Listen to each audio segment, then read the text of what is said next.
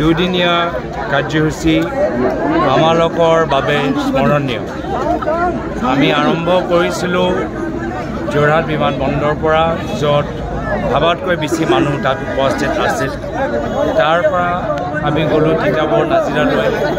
দুয়োগৰাকী মহান ব্যক্তি, প্ৰয়াত মুখ্যমন্ত্ৰী হিতেশ্বৰ শইকীয়াদেৱ আৰু প্ৰয়াত বৰুণ গগৈদেৱক শ্ৰদ্ধাঞ্জলি দিবলৈ।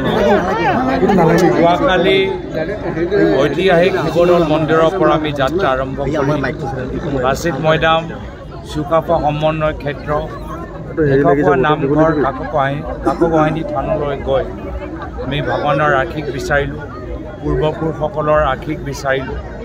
আৰু যোৱাকালি ৰাতি 1:30-2টা বজাত মানুহবোৰ আমি লগ পাইছোঁ। আজি গুৱাহাটী সোমোৱা আগত ভৱাৰাজৰ লগত আমি সাক্ষাৎকাৰ কৰিলোঁ আৰু এটা প্ৰেৰণা আমি পাইছোঁ, যি প্ৰেৰণা পোৱাৰ পিছত আগন্তুক দিনত এই অসমৰ জনসাধাৰণক সুখৰ সময়ত, বিপদৰ সময়ত আমি সদায় ৰাইজৰ লগত থিয় দি বৰ্তমানৰ সময়ত বানপানী পীড়িত আমাৰ ৰাইজৰ লৈ আমি যিমান পাৰোঁ আমি সহায় কৰিবলৈ চেষ্টা কৰিম। যোৱাকালি আমাৰ 2টা টীম বানপানী অধ্যয়ন কৰিবলৈ গ'ল, বানপানী স্থিতি। এটা টীম শিৱসাগৰলৈ গ'ল, এটা টীম লখিমপুৰ ৰঙা নদীৰ ফালেও গৈছে।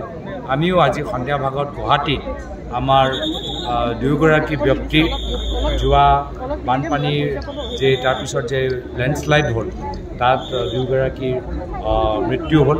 আমি তেওঁলোকৰ পৰিয়ালৰ খবৰ ল'বলৈ যাম।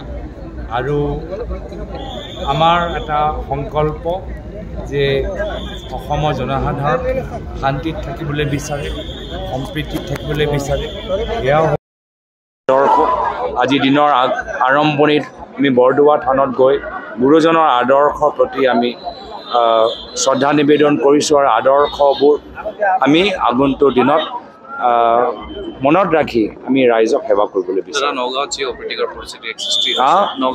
অপ্ৰীতিকৰ পৰিস্থিতিৰ সৃষ্টি হৈছিলে, কি ক'ব এই সন্দৰ্ভত? নগাঁৱত আজিৰ দিনত আমি যথেষ্ট মানুহ আমি লগ পালোঁ। তাৰ আৰম্ভণিত বৰদোৱা থানত আমি খুব এটা ভাল সময়ত আমি তাত উপস্থিত হ'লোঁ।